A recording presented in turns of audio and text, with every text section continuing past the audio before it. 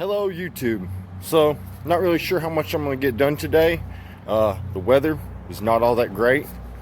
The original plan was I've got a couple hoses that I was going to cut in, and I was also going to cut a hole in the bed so my oil tank will fit in, but I don't know that I'm going to be able to lay on the ground because it's pretty wet. It's not wet under my truck, and I'm fixing to show y'all that here in a second, but you know, really don't feel like getting all saturated with that. And it's about 45-50 degrees, somewhere in that range out here right now, and cold and wet's not my thing. Okay, so I got this hose. I got my 45-degree fitting already on, and I'm fixing to put that 90-degree fitting there. I've already got it measured up. I had a mark there, and I started cutting, and I realized, hey, I need to record this. And then I've also made this cardboard template to get the approximate diameter of the bottom of my oil tank, and I'm going to take and find the center of this. Once I do that, I'm going to take and put a mark on the center and put it on the bottom side of my bed from up under the truck, and take and drill a hole, or actually I'm going to cut the hole in this once I have it marked. And then I'm going to drill a hole up through the bottom of the bed. I'm going to take a Sharpie, and I'm going to put a piece of string, or actually I'm going to take a screw, stick it up through the bottom of the bed. That way it sticks up into the bed, and wrap a string around it. And I'm going to take and get it to where it goes probably a ½ inch or so, maybe a little bit more, past the diameter of the bottom. That way it clears all these bungs. And that'll make it to where I can slip that through the bed, and then I can start working on making a mount for the frame. However, I don't think I'm going to do that today. I might. We'll see how this mist comes up, because it's not really raining. You can see under the bottom of my truck it's pretty dry under here. However, the water running off the side of it's created a few small puddles. I might lay a tarp down on the ground and use that to traverse from up under, or from standing to up under my truck, but we'll see how I feel about it in a little while. I may just go ahead and start working on that brace that comes from that gusset support for the floor pan to the back side of the firewall, like I discussed in a previous video. I might work on that today since that keeps me in the dry. Anyway, once I make some more progress, I'll give y'all, a few more clips. I am going to get that hose cut in for my upper radiator hose, and once I get that done, I'll show you what it looks like. So now I've got my -16 upper radiator hose cut, and you can see the little fine wires sticking up. So in the past I've tried to cut these, and it only makes them fray worse. So what I found works fairly well is if you take a small pair of pliers, and let me set you down for just a second while I mount this back. Actually, I'm going to mount it in the vise. This is going to be tricky with one hand, but I think I can do it. There we go. Alright, that's better. You'll take a pair of pliers and bend these little turds inward a little bit with the tape still on it. It works a lot better. It's not perfect. Some of them you're going to have still sticking out, but this right here tends to do the trick. And then after you get most of them bent in, take the tape off and attempt to shove it into this piece of the fitting. I'm sure there's a special name for it, but that's what I got. And these are just standard hose fittings. This one actually has a swivel in it, so this piece actually rotates after the hose is locked in.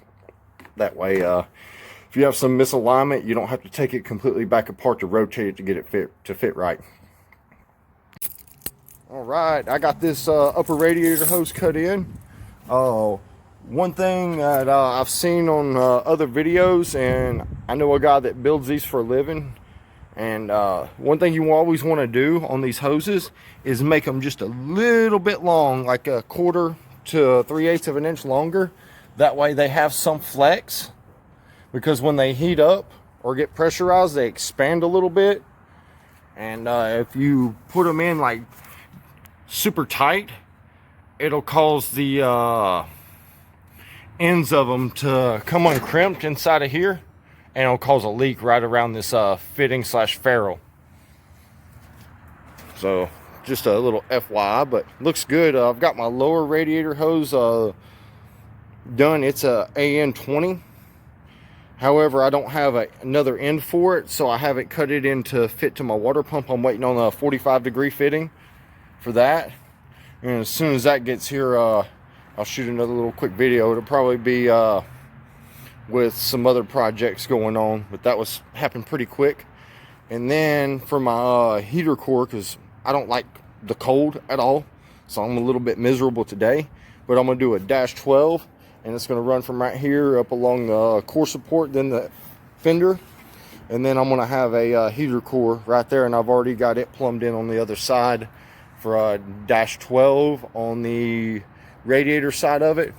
And then up under here I've got a -10 that goes from the engine to there, and it's just going to loop around in this direction to, okay, those two holes there. And the only reason why I went with two different sizes is because the inlet and the outlet on the heater core were different sizes. So, you know, that's how it got done. Anyway, the next step is I'm going to start getting this piece bent and getting ready to make that and get it fitted. Anyway, once I have a little bit of progress on that, I'll come back to you. All right, I've got this piece made. I'm in the process of getting it mounted. I've already got two holes in the top part of the firewall drilled, and I've got it just C-clamped right here for the moment. I'm fixing to do a quick layout, get a center mark across here, and then I'm going to drill a couple of pilot holes there, get it clecoed in for a moment, and then I'm going to pull it back out once I get everything situated, and I'm going to put a few quarter turn fasteners in it. The two that I'm going to put up here are going to be a little bit aggravating. I'm probably not going to be able to use my tool on that just because of the angle of the bend. So I'm going to use the bolt and nut method to crimp that one. Anyway, it's not going to be too bad. I'll get back to you in a few minutes once I get it situated. Alright, so progress. Got it mounted in place. That's where she's going to be. I'm going to build my doghouse around that. Tricky piece is going to be cutting that top part to fit that contour. That's going to be probably the biggest headache I'm going to experience through this whole process on this doghouse. That, and I'm probably going to come up from right about here with another bar like this one and mirror it on the opposite side along that row of rivets and bring it into like right here, but it's going to be at a slightly tighter angle because I don't have to clear my distributor. But having that piece was the hardest, just figuring out where it was going to go and everything tying into it. It's probably going to be fairly simple. We'll see, but you know, time will tell. I expect there to be a few more challenges along the way, but one step at a time. And I like what I see going on right here, so I'm not going to complain. Anyhow, I'm going to take that piece back out here in just a moment and make the holes on the bottom right there and the top there slightly larger, and I'm going to put a couple of those rib nuts in. Alright, so that's how she looks on the front side. Those two bolts are holding that piece of 2" by 8" flat bar in place on this side. And this is what it looks like on the back side. Got them run through. And then I've got two more down here. And I'm more than likely going to use quarter turn fasteners to hold the pieces along this line. And right here I use 2 rows. One for each panel to go from here to somewhere out here. And that's where I'm at so far with this piece. I am fixing to drill some more holes in there, and the same on the opposite side. Put some what do you call them, clecos in that, and then once I get done with the layout and getting the clecos in and the holes drilled. I'm going to pull it back out. I'm going to put some paint on it, and then I'll mount it in place permanently with some rivets. Anyway, it's coming along quite nice in my world. Alright, so I decided to go ahead and bite the bullet. I'm going to get up under here, and I'm going to mark the hole for the center of this with a few measurements and a little bit of ingenuity. I figured out the center of this circle, which it might not be perfectly center. It's not that big a deal. I got enough space to compensate for that. And yeah, once I do that, I'm going to drill a small hole. It's going to come up through the bottom. Once I drill that hole, I'm going to take that safety wire and wrap it around the cleco I'm going to put up through.